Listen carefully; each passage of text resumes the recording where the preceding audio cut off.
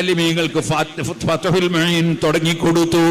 ആ ഫത്ഹുൽ മുഈന്റെ തുടക്കത്തിലുണ്ടല്ലോ സലാത്തൻ വ സലാമൻ അഫൂസു ബിഹിമാ.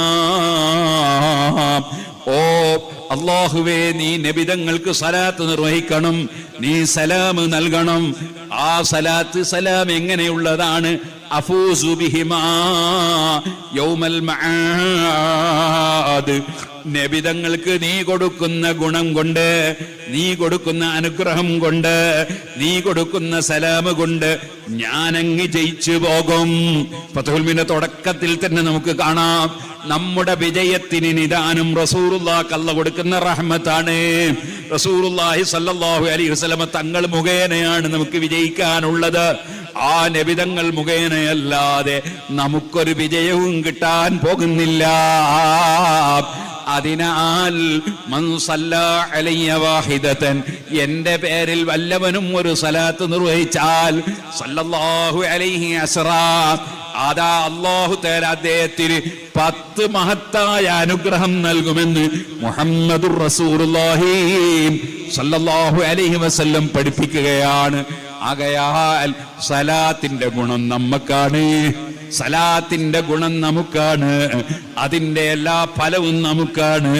നബിതങ്ങളെ പേരിൽ സലാത്ത് നിർവഹിക്കുക അത് വലിയ പുണ്യകർമ്മമാണ്, അത് വുജൂബാണ്, സുന്നത്തല്ല. സലാത്ത് വുജൂബാണ്, സുന്നത്തല്ല.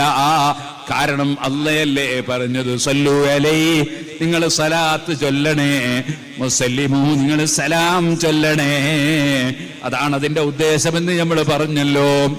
അങ്ങനെ വരുമ്പോൾ അല്ലാഹ് കൽപ്പിച്ച ഒരു കാര്യം നിർബന്ധമാകണ്ടേ? നിർബന്ധമാണല്ലോ.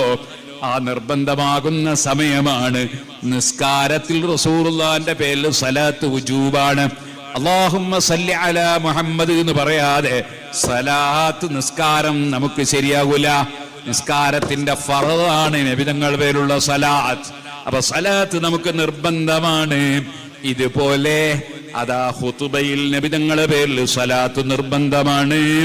നബിതങ്ങളുടെ പേര് കേൾക്കുമ്പോഴും ഓർമ്മിക്കുമ്പോഴും സലാത്ത് നിർബന്ധമായും ചൊല്ലേണ്ടതാണ്. ഓ മുഅ്മിനീങ്ങളെ, ഇങ്ങനെ സലാത്ത് നിർബന്ധമായ കർമ്മമാണ്. സലാം ചൊല്ലലും അങ്ങനെ തന്നെയാണ്. അസ്സലാമു അലൈക അയ്യുഹൻ നബിയ്യു. നമ്മുടെ നിസ്കാരത്തിൽ റസൂലുള്ളാഹി സ്വല്ലല്ലാഹു അലൈഹി നിങ്ങൾക്ക് സലാം പറയുന്നില്ലേ? അല്ലെങ്കിൽ സലാമുൻ അലൈക അയ്യുഹൻ നബിയ്യു എന്നെങ്കിലും പറയണ്ടേ? ആകയാൽ സലാം ചൊല്ലലും നിർബന്ധം തന്നെയാണ്. സലാത്തും സലാമും നിസ്കാരത്തിൽ നിർബന്ധമാണ്. എന്നാൽ മറ്റ് സമയങ്ങളിലോ, മറ്റ് സമയങ്ങളിൽ പ്രത്യേകം സലാത്ത് സുന്നത്തുള്ള സമയമുണ്ട്. സുഹൃത്തുക്കളെ, നമുക്കറിയാമല്ലോ, പള്ളിയിൽ കയറുന്ന സമയത്ത് ബിസ്മി ചൊല്ലിയിട്ട് പള്ളിയിലേക്ക് കയറണം. അതോടുകൂടെ സലാത്തും സലാമും ചൊല്ലിയിട്ട് പള്ളിയിലേക്ക് കയറണം. വലത്തെ കാലെടുത്ത് വെച്ചുകൊണ്ട് കയറണം. ബിസ്മി ചൊല്ലി കയറണം. സലാത്ത് ചൊല്ലി പള്ളിയിലേക്ക് കയറണം. ഇതുപോലെ പല സ്ഥലങ്ങളും സലാത്ത് പ്രത്യേകം സുന്നത്തുള്ള സ്ഥലങ്ങളുണ്ട്. ദുആ നടത്തുമ്പോൾ ദുആന്റെ ആദ്യത്തിൽ സലാത്ത് സുന്നത്തുണ്ട്. ദുആയുടെ ഇടക്കും ഒരു സലാത്ത് ഇല്ലൽ പുണ്യമുണ്ട്. ദുആന്റെ അവസാനവും സലാത്ത് ചൊല്ലേണ്ടതുണ്ട്. അങ്ങനെ സലാത്ത് എന്ന് പറയുന്നത് പല സ്ഥലത്തും പ്രത്യേകം സുന്നത്തുണ്ട്. ഇനി ഞാൻ പറയട്ടെ, അതേ മീറ്റ് ചെയ്ത് പിരിഞ്ഞു പോകുമ്പോൾ സലാത്ത് സുന്നത്തുണ്ട്. മീറ്റ് ചെയ്യുമ്പോൾ സലാത്ത് സുന്നത്തുണ്ട്. അതുകൊണ്ടാണ് ചില പ്രായം ചെന്ന ആളുകൾ അസ്സലാമു അലൈക്കും വഅലൈക്കും അസ്സലാം എന്ന് പറഞ്ഞ് മുസാഫഹത്ത് ചെയ്താൽ ആ കയ്യും പിടിച്ചവർ അല്ലാഹുമ്മ സല്ലി അലാ മുഹമ്മദ് എന്ന് പറയുന്നത് കേൾക്കാം. കാരണം അങ്ങനെ മുസാഫഹത്ത് ചെയ്യുമ്പോൾ ഒരു സലാത്ത് പ്രത്യേകം പുണ്യമുണ്ട്.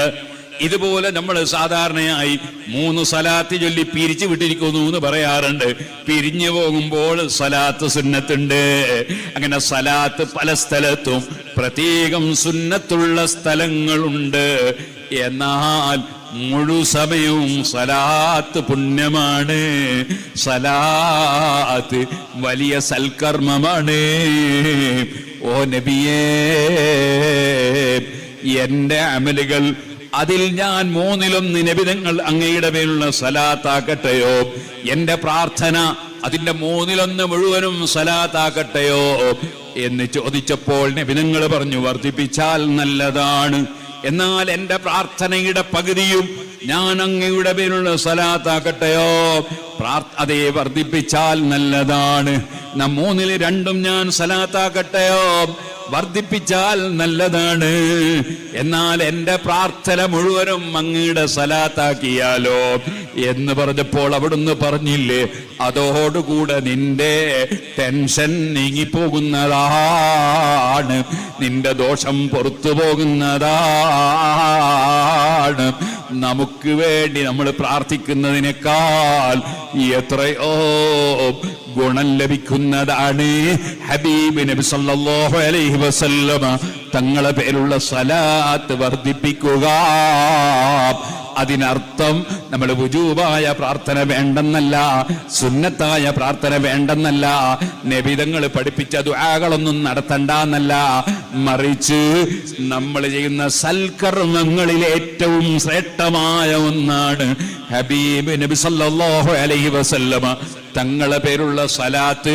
അത് ധാരാളം വർദ്ധിപ്പിക്കണമെന്നും സലാത്തിന്റെ സദസ്സുകളിൽ കഴിവിന്റെ പരമാവധി നമ്മൾ പങ്കെടുക്കണമെന്നും, സലാത്ത് ചൊല്ലാൻ അല്ലാഹു ഭാഗ്യം തന്നാൽ ഒരു ദിവസം ചുരുങ്ങിയതൊരു 100 സലാത്ത്, അല്ലെങ്കിൽ ഒരു 300 സലാത്ത്, അല്ലെങ്കിൽ 1000 സലാത്ത് ഇങ്ങനെ പതിവാക്കി ചൊല്ലുന്ന ചില മുഅ്മിനീങ്ങളുണ്ട്.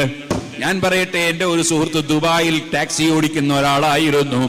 അദ്ദേഹം എല്ലാ ദിവസവും 1000 സലാത്ത് ടാക്സി ഓടിച്ചുകൊണ്ടിരിക്കുന്നതിനിടയിൽ അദ്ദേഹം ചൊല്ലി തീർക്കാറുണ്ടെന്ന് എന്നോട് പറഞ്ഞു.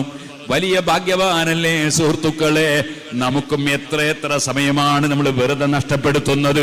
അപ്പോഴെല്ലാം ഹബീബ് നബി സല്ലല്ലാഹു അലൈഹി വസല്ലമ തങ്ങളെ പേരുള്ള സലാത്ത് ചൊല്ലിയ ആൾ അല്ലാഹുവിന്റെ റസൂലുമായി ഏറ്റവും അടുപ്പമുള്ള ആള്.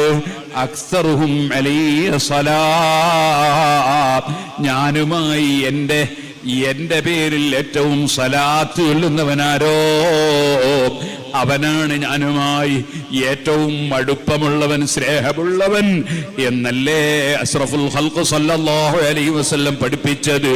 അതുകൊണ്ട് അതും നമ്മൾ പരിഗണനയിൽ ഉണ്ടാകണമെന്നും ഈ 10 ദിവസവും പുണ്യകർമ്മങ്ങളെ കൊണ്ട് നമ്മൾ നല്ല സമ്പാദ്യം സമ്പാദിക്കണമെന്നും നിങ്ങളോടും എന്നോടും വസിയ്യത്ത് ചെയ്ത് ഞാൻ എൻ്റെ വാക്കുകൾ നിർത്തട്ടെ. അർഹമുർ റഹീമീനായ അൽ മലിക്കുൽ ജബ്ബാറായ രാജസയ്യിദായ റഹ്മാനെ, ഞങ്ങളെ മജ്ലിസ് നീ ദുആക്കുത്തരമുള്ള മജ്ലിസാക്കണം റഹ്മാൻ.